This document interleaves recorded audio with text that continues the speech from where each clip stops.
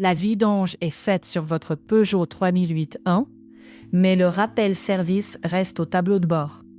Avant de chercher une panne, on remet simplement le suivi d'entretien à jour, proprement, avec la bonne méthode et sans toucher aux défauts moteurs.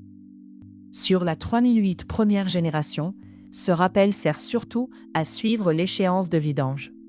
Ce n'est pas un diagnostic moteur. Il faut d'abord que l'entretien soit réellement fait, huile, filtre, niveau, puis seulement ensuite la remise à zéro.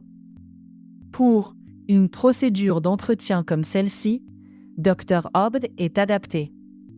Vous branchez l'interface, vous gardez la fiche guide Diag-Auto ouverte et vous suivez le chemin de remise à zéro sans aller dans des menus qui ne concernent pas l'entretien. Avant de confirmer, vérifiez les conditions. Contact mis et moteur à l'arrêt. Le moteur doit être à l'arrêt, le contact doit être correct et le message doit bien correspondre au service ou à la vidange. Si un voyant moteur est allumé, on le traite à part. Sur Guide Diag-Auto, ouvrez Peugeot 3008-1, puis remise à zéro vidange. La fiche vous guide vers le menu Service ou Entretien. La sélection de la réinitialisation, puis la confirmation finale. À la fin, on coupe le contact, on redémarre et on contrôle que le rappel a disparu.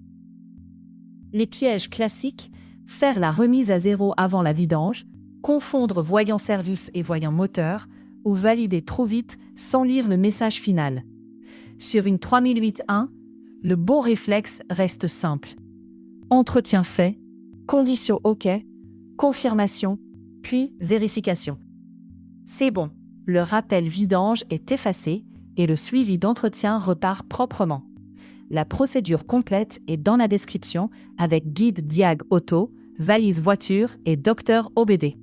Le code DIAG10 donne 10% de remise. Abonnez-vous, on continue avec des tutos Peugeot utiles et faciles à suivre.